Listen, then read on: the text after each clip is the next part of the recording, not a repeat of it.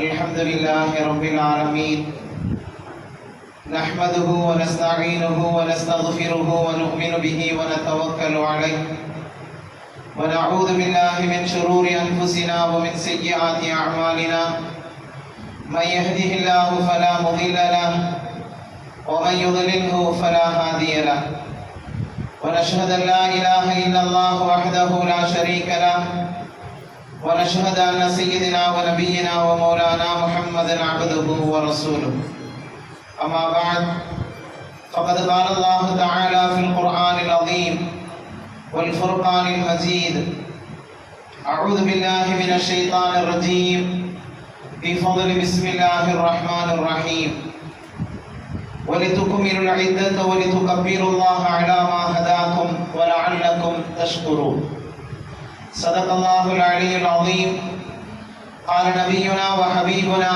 وشفيعنا محمد رسول الله صلى الله عليه وسلم بورك لأمتي في بكورها صدق رسول الله صلى الله عليه وسلم رضينا بالله ربا وبالإسلام دينا وبمحمد صلى الله عليه وسلم نبيا ورسولا وبمحي الدين عبد القادر الجيلاني قدس الله سره العزيز شيخا ومرشدا ربي اشرح لي صدري ويسر لي امري واحلل عقدة من لساني يفقهوا قولي اللهم ربي زدني علما. எல்லா புகழும் இந்த உலகத்தை படைத்து பரிபாலிக்குகிற எல்லாம் வல்ல இறைவன் அல்லாஹ் ஒருவனுக்கே உரித்தாவதாக. அவருடைய சாந்தியும் சமாதானமும் என்றென்றும் நம் உயிரிலும் மேலான கண்மணி நாயகம் ஸல்லல்லாஹு அலைஹி வஸல்லம் அவர்கள் மீதும் அவர்களை பின்பற்றிய உத்தம சத்திய சஹாபாக்கள் தாபிஈன்கள் தபஅ தாபிஈன்கள் நாதாக்கள் நல்லடியார்கள் குறிப்பாக இங்கே ஒன்று கூடி இருக்கக்கூடிய நம் அனைவர்கள் மீதும் நம்முடைய குடும்பத்தார்கள் மீதும் இனி வர இருப்பவர்கள் மீதும் அல்லாஹ்வின் சாந்தியும் சமாதானமும் குன்றாமல் குறையாமல் நின்று நிலவட்டுமாக ஆமீன். அல்லாஹ்வினுடைய பெரும் கிருபையினால் ரமதானுடைய மாதத்தை நிறைவு செய்து புனிதமான ஷவ்வால் மாதத்தினுடைய முதல் தினம் ஜும்மாவினுடைய தினம் ஈதினுடைய தினம் என்று பல்வேறு சிறப்பு அம்சங்களை பொதிந்திருக்கக்கூடிய ஒரு சிறப்பான நாளில் நாம் எல்லாம் ஒன்று கூடி இருக்கிறோம், வருகை தந்திருக்கிறோம். அல்லாஹ் நம்முடைய வருகைகளை கபூல் செய்தருள் புரிவானாக, நம்முடைய அமல்களை எல்லாம் ஏற்றுக்கொள்வானாக, பல ரமதான்களை சந்திக்குகிற நசீபை தந்தருள் புரிவானாக, உலக முஸ்லிம்கள் அனைவர்களும் நிம்மதியாக வாழுகிற தௌஃபீகை ஏற்படுத்தி அருள் புரிவானாக, உலகத்தில் அமைதி ஏற்படுத்தி அருள் புரிவானாக, நம் நாட்டிலும் சிறந்த ஆட்சியை அல்லாஹ் ஏற்படுத்தி அருள் புரிவானாக, எக்காலமும் ஷரியத்தை பின்பற்றி வாழுகிற உன்னதமான வாழ்க்கையை நம் நாட்டிலும் நம் எல்லோருக்கும் வல்லோன் அல்லாஹ் நசீபாக்கி அருள் புரிவானாக. சங்கைக்குரிய அல்லாஹுவின் நல்லடியார்கள், புனிதமான ரமதான் மாதம் நம்மை விட்டும் விடை பெற்ற நிலையில் ரமதான் காலத்தில் நாம் செய்த நல்ல அமல்கள் இறைவனுக்கு கட்டுப்பட்டு வாழ்ந்தது போன்று இனி உள்ள காலமும் வாழ வேண்டும், அது தொடர வேண்டும் என்கிற எதிர்பார்ப்போடு இந்த ஜும்மாவை நாம் பெற்றிருக்கிறோம். காலமெல்லாம் அல்லாஹ் ரப்புல் ஆலமீன் உடலில் வலிமைகளை தந்து என்றென்றும் அவனுக்கு நன்றி செலுத்துகிற வாக்கியத்தை ஏற்படுத்துவானாக. ரமதான் நம்மில் பல்வேறு மாற்றங்களை தந்தது. ரமதான் பல்வேறு விதமான சிறப்பை நமக்கு ஏற்படுத்தியது. ரமதான் பல்வேறு வாக்கியங்களை நமக்கு கொண்டு வந்தது. ஒரு நிஅமத் நம்மை விட்டு விடைபெறுகிறது என்றால் அதோடு சேர்த்து பல்வேறு வாக்கியங்களும் செல்கிறது என்பதையும் இங்கே நாம் கவனிக்க வேண்டும். அல்லாஹ் ரப்புல் ஆலமீன் புனிதமான ரமதான் மாதம் என்பது பல சிறப்பு அம்சங்களை உள்ளடக்கிய மாதம். 1000 மாதங்களை விட சிறந்த ஒரு இரவை அல்லாஹ் ரப்புல் ஆலமீன் அந்த மாதத்திற்குள் வைத்திருக்கிறான். இன்னும் குர்ஆன் இறங்கிய மாதம். இப்படி ஏராளமான சிறப்பம்சங்களை ரமதானுக்கு நாம் சொல்லலாம். அப்படிப்பட்ட வாக்கியம் நிறைந்த ஒரு மாதம் நம்மை கடந்து செல்கிற பொழுது பல்வேறு சிறப்புகளும் நம்மை விட்டு விடைபெறுகிறது என்பதையும் நாம் இங்கே கவனிக்க வேண்டும். ரமதான் அதிகாலையில் எழும்புகிற வாக்கியத்தை நமக்கு தந்தது.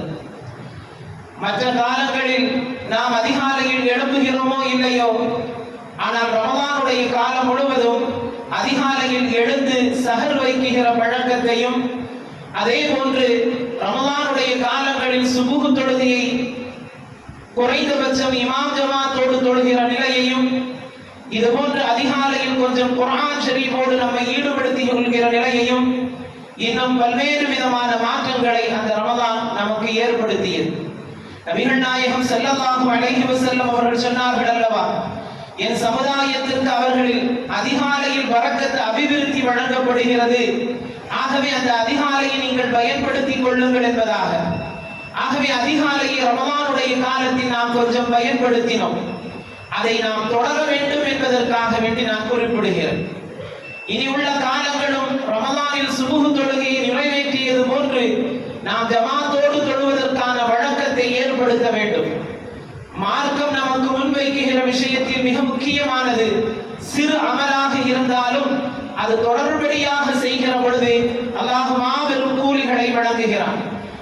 வாலிப காலங்களில் அல்லது தொடர்ந்து செய்கிற ஒரு பழக்கத்தை நாம் வைத்திருக்கிறோம் என்றால் அந்த நன்மைகள் முடியாமல் போகிற காலத்தில் தொடர்ந்து அமல் செய்கிறோம், ஆனால் ஒரு கட்டத்தில் நம்மால் அமல் செய்ய முடியாத ஒரு சூழல் ஏற்படுகிற நிலை வருகிற போது அல்லாஹ் பாதுகாக்கட்டும், கடைசி வரையிலும் அமல் செய்து வாழ்கிற தௌஃபீகை தருவானாக. அப்படி ஒரு நிலை வருகிற பொழுதும் கூட அமல் செய்ததற்கான கூலியை நம்மால் பெற முடியும் என்கிற சுப செய்தி பெருமானார் ஸல்லல்லாஹு அலைஹி வஸல்லம் அவர்கள் முன்வைத்திருக்கிறார். ஆகவே ரமலானுடைய காலத்தில் நாம் செய்கிற அமலை ரமலானோடு முடித்து விடாமல் அது நம்முடைய வாழ்க்கையில் தொடர வேண்டும் என்பதற்காக வேண்டித்தான் இன்றைய ஜும்மாவில் சில செய்திகளை நான் உங்களுடைய சிந்தனைக்கு தருகிறேன். ஆகவே ரமலான் நமக்கு அதிகாலையில் எழும்புகிற ஒரு பண்பை தந்தது. அதிகாலை என்பது பல்வேறு வாக்கியங்கள் நிறைந்தது என்பதை நபிகள் நாயகம் ஸல்லல்லாஹு அலைஹி வஸல்லம் அவர்கள் நமக்கு குறிப்பிட்டு இருக்கிறார்கள். சூரியன் உதிப்பதற்கும் மறைவதற்கும் முன் உள்ள தொழுகையாளர்கள் யார் நிறைவேற்றுகிறார்களோ நிச்சயமாக அவர்கள் நரகம் நுழைய மாட்டார்கள் என்று நபிகள் நாயகம் ஸல்லல்லாஹு அலைஹி வஸல்லம் அவர்கள் குறிப்பிட்டார்கள். யானி அல் ஃபஜ்ர வல் அஸ்ர என்பதாக நபிகள் நாயகம் ஸல்லல்லாஹு அலைஹி வஸல்லம் அவர்கள் சொன்னார். ஃபஜ்ர் தொழுகையும் அஸ்ர் தொழுகையும் சூரியன் உதயமாகிற நிலையிலும் சூரியன் மறைகிற நேரத்திலும் உள்ள அந்த அமலை நாம் சரியாக நிறைவேற்றக்கூடியவர்களாக இருப்போம் என்று சொன்னால் நரகம் நுழைய மாட்டோம் என்பது நாயகத்தினுடைய வார்த்தை. ஆகவே இந்த இரண்டு நேர தொழுகைகளும் பல நேரங்களில் நமக்கு விடுபட்டு போய்விடுகிறது. காரணம், தூக்கம் மிகைத்து போகிற காலம். ஆகவே அந்த நேரத்தை தொழுகையோடு நாம் ஈடுபடுத்துவோமேயானால் நமக்கு நரகத்தை விட்டுண்டான பாதுகாப்பு இருக்குகிறது என்கிற சுபவார்த்தை எம்பெருமானார் ஸல்லல்லாஹு அலைஹி வஸல்லம் அவர்களால் முன்வைக்கப்பட்டு இருக்கிறது. சுபஹ் தொழுகைக்கு பிறகு தூங்கிக் கொண்டிருந்த ஒரு மனிதனை பார்த்து அப்துல்லாஹ் இப்னு உமர் ரலியல்லாஹு தஆலா அவர்கள் அவருடைய காலை அசைத்து எழுப்பி இப்படி கூறினார்கள், இந்த நேரத்தில் அல்லாஹ் தனது படைப்பை பார்க்கிறான், படைப்பாளிகளை பார்க்கிறான், அவர்களில் சிலரை தனது கருணையால் சொர்க்கத்தின் பக்கம் நுழைவிக்கிறான் என்பதை நீங்கள் அறியவில்லையா என்று கேட்டார்கள். தூங்கிக் கொண்டிருக்கிற மனிதரை எழுப்பி அவர்கள் சொல்லுகிற வார்த்தை, நபிகள் நாயகம் ஸல்லல்லாஹு அலைஹி வஸல்லம் அவர்கள் போருக்காக எந்த படையை அனுப்பினாலும் அந்த நாளின் ஆரம்பத்தில் காலையில் அனுப்பும் வழக்கத்தை நபிகள் நாயகம் ஸல்லல்லாஹு அலைஹி வஸல்லம் அவர்கள் கொண்டிருந்தார்கள். எனவே ரமலானுடைய காலத்தில் அதிகாலையை ஹயாத்தாக்கியது போன்று இனி உள்ள காலமும் ஹயாத்தாக்க வேண்டும் என்கிற ஒரு உறுதியை நாம் எடுக்க வேண்டும். ரமலான் நமக்கு என்ன மாற்றத்தை தந்தது என்று கேட்டால் நமக்கு பல்வேறு மாற்றங்களை தந்தது என்பதை நாம் செய்த அமல்கள் கபூலியத்தை அறிய வேண்டும் என்று சொன்னால் தொடர்ந்து அந்த அமல்கள் நம்மிடத்தில் இருக்கும் பழக்கங்கள் வேண்டும். முதலாவதாக அதிகாலையில் எழுப்புகிற பழக்கம். இரண்டாவது குறிப்பிட வேண்டுமானால் நோன்பு நோக்குகிற பாக்கியத்தை ரமலான் நமக்கு தந்தது.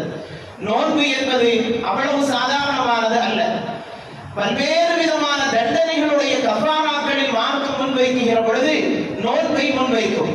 காரணம் என்னவென்று சொன்னால் மனிதனை பரிசுத்தப்படுத்துவதற்கு மிக உகந்த அமல் நோன்பு என்பதை நாம் மறந்துவிட வேண்டாம்.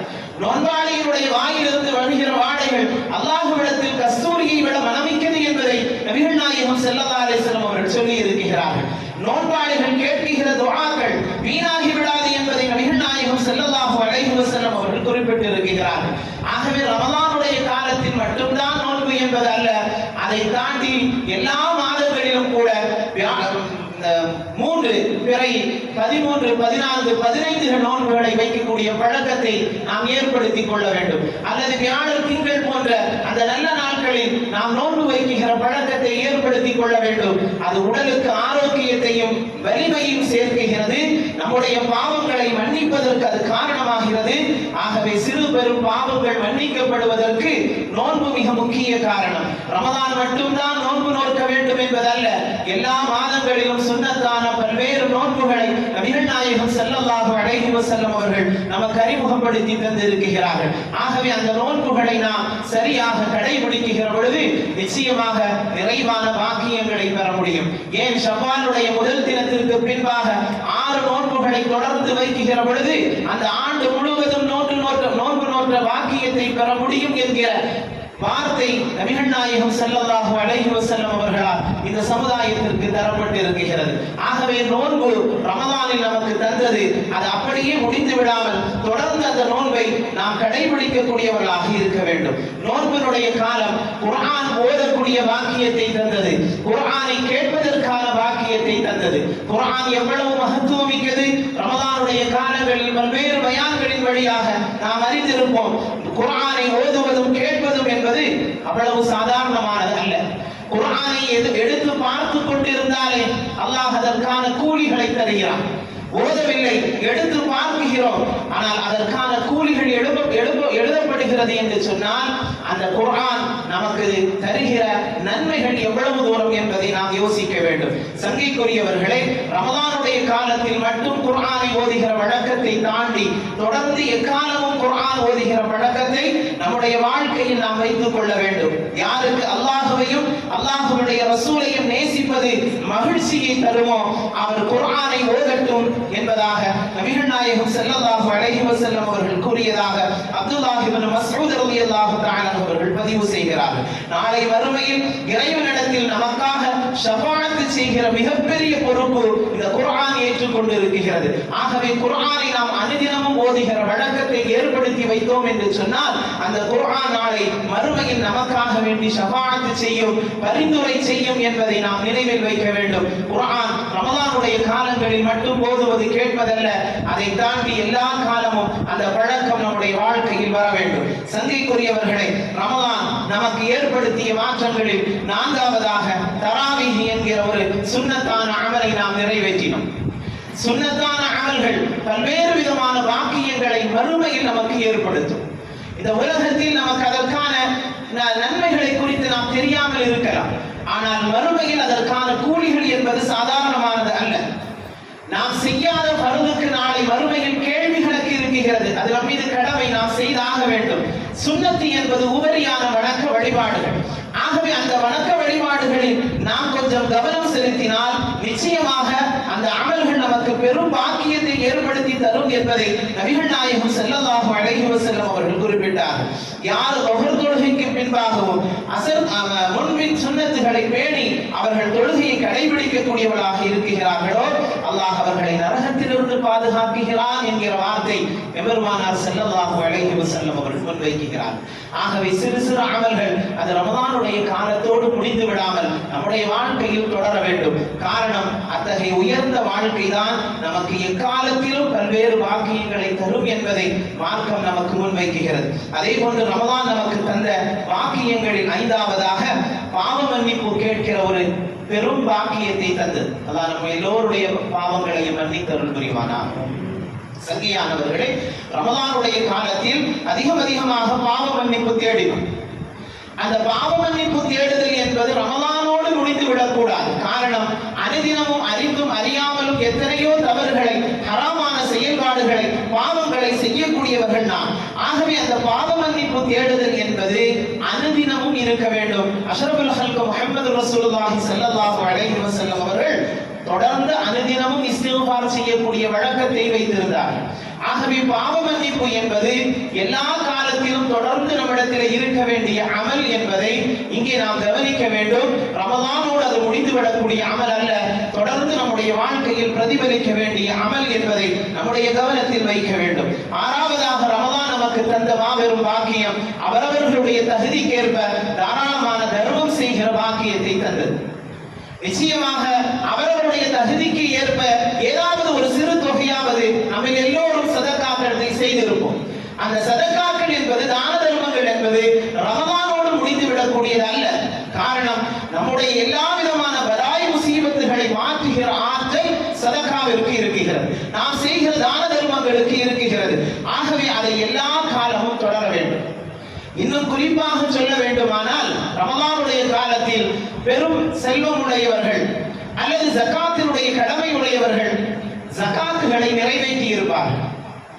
அந்த ஜகாத்தினுடைய கடமைகளை நாம் சரியாக நிறைவேற்றுகிற பொழுது நிச்சயமாக நம்முடைய முதல்களில் நாம் வைத்திருக்கக்கூடிய பொருளாதாரங்களில் அபிவிருத்தி ஏற்படுகிறது. காரணம், ஜகாத் என்பது பிறர்களுக்கு போய் சேர வேண்டியது. பிறர்களுக்கு போய் சேர வேண்டியதை நாம் நம்முடைய பணத்தோடு சேர்த்து வைப்போம் என்று சொன்னால் இருக்கிற பணத்தையும் சேர்த்து இந்த பணம் இல்லாமல் ஆக்கிவிடும், தேவையற்ற செலவுகளை கொண்டு சேர்த்துவிடும். ஆகவே வெளியில் போக வேண்டியது கட்டாயமாக வெளியில் கொடுத்தாக வேண்டும். ஆகவே இந்த ஜகாத்தினுடைய பொருளாதாரத்தை நாம் நிறைவேற்றி இருப்போம்.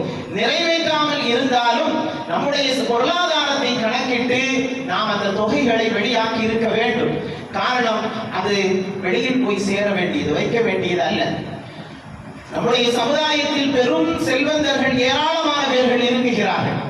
ஆனால் அவர்களுடைய ஜகாத்துகள் முழுமையாக நிறைவேற்றப்படுகிறதா என்பது சமுதாயத்தில் மிகப்பெரிய கேள்விக்குறி. அது மாற்று கருத்து இருக்க முடியாது. ஏதோ இருக்கிற தொகையில் கொஞ்சத்தை கொடுத்து விட்டால் என்னுடைய கடமை நிறைவேறிவிட்டது என்பதாக பலர்களும் எண்ணலாம். ஆனால் அப்படி அல்ல என்பதையும் இங்கே நாம் கவனிக்க வேண்டும். முழுமையாக நம்மிடத்தில் இருக்கக்கூடிய தொகையில் 2.5% கொடுத்தாக வேண்டும்.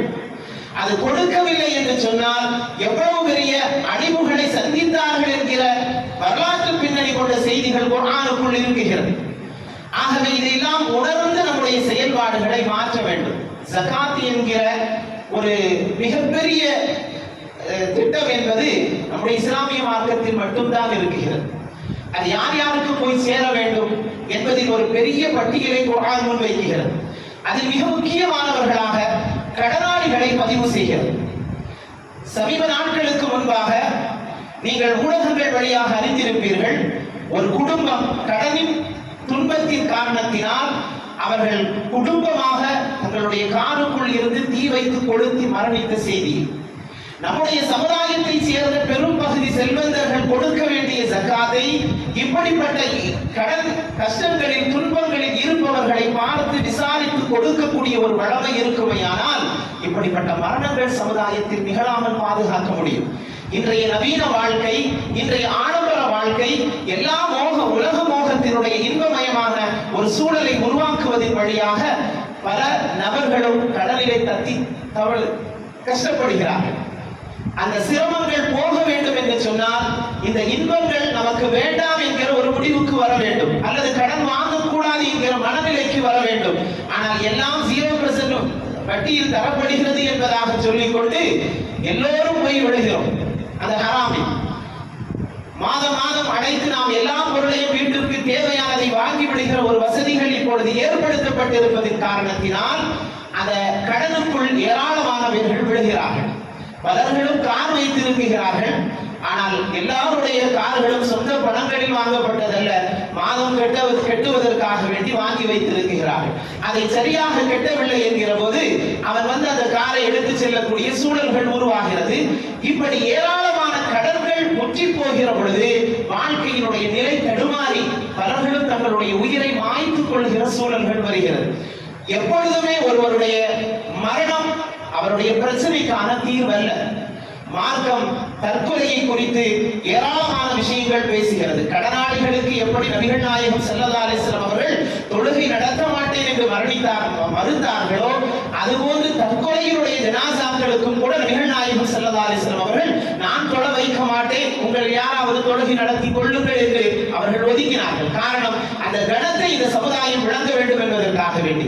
ஆகவே ஒரு கடனாளியாக நம்முடைய சமுதாயத்தில் இருக்கக்கூடிய மக்களை பார்த்து அவர்களுக்காக வேண்டி உதவி செய்கிற ஒரு பண்பு நம்முடைய செல்வந்தர்களுக்கு ஏற்பட்டு விட்டது என்றால், அல்லது நம்முடைய ஜகாத்தினுடைய ஃபண்டுகளை ஒன்று சேர்த்து பிறர்களுக்கு உபகாரம் செய்கிற அந்த பெரிய ஒரு பொறுப்பை ஏற்றிருக்கக்கூடியவர்கள் சரியாக செய்வார்களே ஆனால் நிச்சயமாக இது போன்றுண்டான மரணங்கள் சமுதாயத்திலிருந்து பாதுகாக்கப்படும். பெற்றோர்கள் செய்கிற தவறுக்கு 2 குழந்தைகளும் கூட வரும். அவர்கள் என்ன தவறு செய்தார்கள்? ஆகவே இது போன்றுண்டான ஆடம்பர வாழ்க்கைகளுக்குள் நாம் நுழைவதை முதலில் தவிர்க்க வேண்டும். எல்லாம் வாங்கி சேர்க்கிற பழக்கம், நுகர்வு கலாச்சாரம் இது சமுதாயத்தில் மிகைத்திருக்கிறது அல்லவா? நீங்கள் எல்லா தெருக்களிலும் இப்பொழுது தேடினால் அங்கே எல்லா தெருக்களிலும் அதிகமாக உழன்று கொண்டிருப்பவர்கள் டெலிவரி மேன்கள். எல்லா வீடுகளிலும் இருந்து கொண்டு மொபைல் போன்களை வைத்துக் கொண்டு ஆர்டர் செய்கிற பழக்கம் நம்முடைய சமுதாயத்தில் மிகைத்து விட்டது. தனியாக இருக்கிற பெண்கள் கூட ஆர்டர் போட்டு அவர்களுடைய சாதனங்களை வாங்குவது என்கிற வழமையை தொடர்ந்து சமுதாயத்தில் பலர்களும் பயன்படுத்துகிறார்கள். அது எவ்வளவு பெரிய ஆபத்துகளை ஏற்படுத்துகிறது என்பதை அந்த நிகழ்வுகளுக்கு பின்பாகத்தான் உணர முடிகிறது. ஆகவே எல்லாவற்றையும் வாங்கி கொட்டி சேர்க்க வேண்டும் என்பது மார்க்கம் முன்வைக்கவில்லை. தேவைக்கு செலவழிக்கும் மார்க்கம் சொல்கிறது. உனக்கு என்ன தேவையோ அதை வாங்குவதற்கும் அதை செலவு செய்வதற்கும் மார்க்கம் தடுக்கவில்லை. ஆனால் சமீப காலங்கள் என்பது பார்க்கிற எல்லாவற்றையும் வாங்க வேண்டும் என்கிற ஒரு சிந்தனை, ஒரு மனநிலை சமுதாயத்தில் மிகைத்து வருகிறது. இது ஆபத்தானது. ஆகவே அவர்கள் ஆடம்பரமாக வாழுகிறார்கள், இவர்கள் ஆடம்பரமாக இருக்கிறார்கள், நாமும் அதுபோல் வாழ வேண்டும் என்கிற மன சிந்தனை இப்படிப்பட்ட தற்கொலைகளை தூண்டுகிற ஒரு நிலையை ஏற்படுத்துகிறது அல்லவா?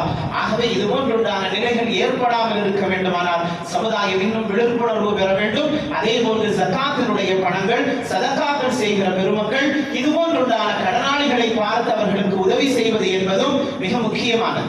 ஆகவே சமுதாயத்தில் இப்படிப்பட்ட ஒரு மரணங்கள் நிலை நிறைவேறுகிறது என்று சொன்னால் அதற்கு பலர்களும் பொறுப்புதாரிகள் தான். ஒரு குடும்பத்தை சார்ந்தவர்கள் மரணிக்கிறார்கள் என்று 10ஓடு 11ஆக பார்த்துவிட்டு கடந்து போக முடியாது. காரணம் அது ஒரு இஸ்லாமிய சமுதாயம். ஏன் அவர்கள் அப்படி செய்தார்கள்? ஒரு கடன் காரணத்தினால் அவர்களுடைய உயிரை மாய்த்துக் கொள்கிற ஒரு சூழல் அவர்களுக்கு உருவாகிறது என்று சொன்னால் அவர்களுக்கு உதவுவதற்கு யாரும் முன்வரவில்லையா என்று கேள்வி முன்வருகிறது அல்லவா? ஆகவே இது போன்றுண்டான சூழல்கள் வராமல் இருக்க வேண்டும் என்பதற்காக வேண்டித்தான் மார்க்கம் ஜகாத் என்கிற ஒரு வழிமுறையை தந்திருக்கிறது. தாராளமாக தர்மம் செய்கிற பழக்கத்தை ஏற்படுத்த சொல்லுகிறது.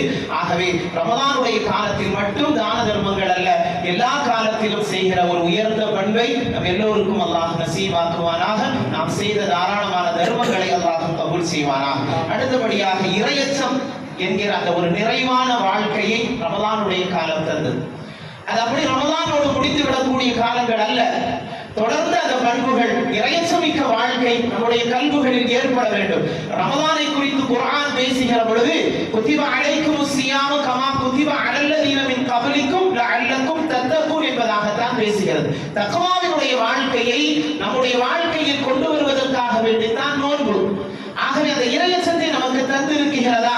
ரமலானுடைய காலத்தோடு அது முடித்து விட்டதா என்பதை நாமே நமக்கு சுய பரிசோதனை செய்ய வேண்டும். நான் ஒரு 7 செய்திகளை சொல்லி இருக்கிறேன். நமக்கு ரமலான் தந்த மிக உன்னதமான பாக்கியமான விஷயங்கள்: அதிகாலையில் எழும்புகிற பழக்கம், நோன்பு நோக்குகிற பழக்கம், குர்ஆன் ஓதுவது கேட்பது என்கிற பழக்கம், தராவீஹ் போன்ற சுன்னத்தான அமல்களை நிறைவேற்றுகிற பழக்கம், பாவ மன்னிப்பு கேட்கிற ஒரு வளமை, தர்மம் செய்தல் என்கிற ஒரு புண்ணியமான காரியம், அதே போன்று இறையச்சம் நிறைந்த வாழ்க்கை. இந்த 7 அம்சங்கள் ரமலானுடைய காலத்தில் நமக்கு முழுமையாக நிறைந்திருந்தது.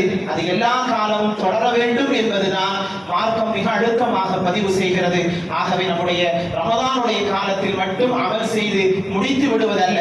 சிலர்கள் ரமலானுடைய காலத்தில் மட்டும்தான் மஸ்ஜிதிற்கு வருகிறார்கள். அதை தாண்டி அதற்கு பின்பாக அவர்களை அடுத்த ரமலானில் தான் பார்க்க முடியும் என்கிற நிலை இருக்கிறது. சில வீடுகளில் கூட முசல்லா ரமலானுடைய காலத்தில் விரிக்கப்படுகிறது. அது முடிந்ததற்கு பின்பாக சுருட்டி மேலே ஏற்றப்படுகிற முசல்லா அடுத்த ரமலானில் தான் விரிக்கப்படுகிறது. இந்த நிலை நம்முடைய மார்க்கம் வழிகாட்டியது அல்ல. அந்த தினமும் தொழுகை என்பது நம்மிடத்தில் இருக்க வேண்டும், நல்ல அமல்கள் இருக்க வேண்டும், நல்ல சிந்தனைகள் இருக்க வேண்டும், இறையச்சம் என்பது இருக்க வேண்டும். அல்லாஹ் எல்லாவற்றையும் நமக்கு முழுமையாக பரிபூர்ணமாக ஆக்கி தந்தருள் புரிவானாக. ரமலானிகளாக இல்லாமல் ரப்பானிகளாக நம்மை அல்லாஹ் ஆக்கி அருள் புரிவானாக. எல்லா நிலைகளிலும் அவனுக்கு அஞ்சி வாழுகிற உயர்ந்த பண்பை நமக்கு நசீபாக்கி அருள் புரிவானாக. நாம் செய்த எல்லா நல்ல அமல்களையும் அல்லாஹ் கபூல் செய்து அருள் புரிவானாக. ரமலானுடைய காலங்களில் ஒவ்வொரு மஸ்ஜிதுகளிலும் நோன்பு திறக்குகிற நிகழ்வுகள் நடந்தது. அதுபோன்று தராவீஹிற்கு பின்பாக டீ கொடுக்கிற பழக்கங்கள் நடந்தது. இதுபோன்று ஏராளமான ஒவ்வொரு மஸ்ஜிதுகளிலும் நடைபெற்ற எல்லா நிகழ்வுகளுக்கும் சமுதாயத்தில் உள்ள பெருமக்களுடைய பங்களிப்பு என்பது மிக முக்கியமானது. நோன்பு கஞ்சி ஆகட்டும், எல்லா விஷயத்திற்கும் அல்லாஹ் ரப்பல் ஆலமீன் கொடுத்த எல்லா மக்களுக்கும் நிறைவான வாக்கியங்களை கொடுத்து அருள் புரிவானாக. அதே போன்று உலமாக்களுக்கு கொடுக்குகிற அந்த தொகைகளாக இருக்கட்டும், இப்படி என்னென்ன உபகாரங்களை யார் யார் செய்திருக்கிறார்களோ அல்லாஹ் எல்லா மக்களுக்கும் நிரப்பமான பதில் உபகாரங்களை கொடுத்து அருள் புரிவானாக, நிரப்பமான வாக்கியங்களை நசீவாக்கி அருள் புரிவானாக. வரும் காலங்களில் இன்னும் தாராளமாக செய்கிற மன விசாலத்தை நம் எல்லோருக்கும் அல்லாஹ் நசீவாக்கி அருள் புரிவானாக. ஆமீன் ஆமீன். ஆகிரு தஅவானா அல்ஹம்துலில்லாஹி ரப்பில் ஆலமீன். அஸ்ஸலாமு அலைக்கும்.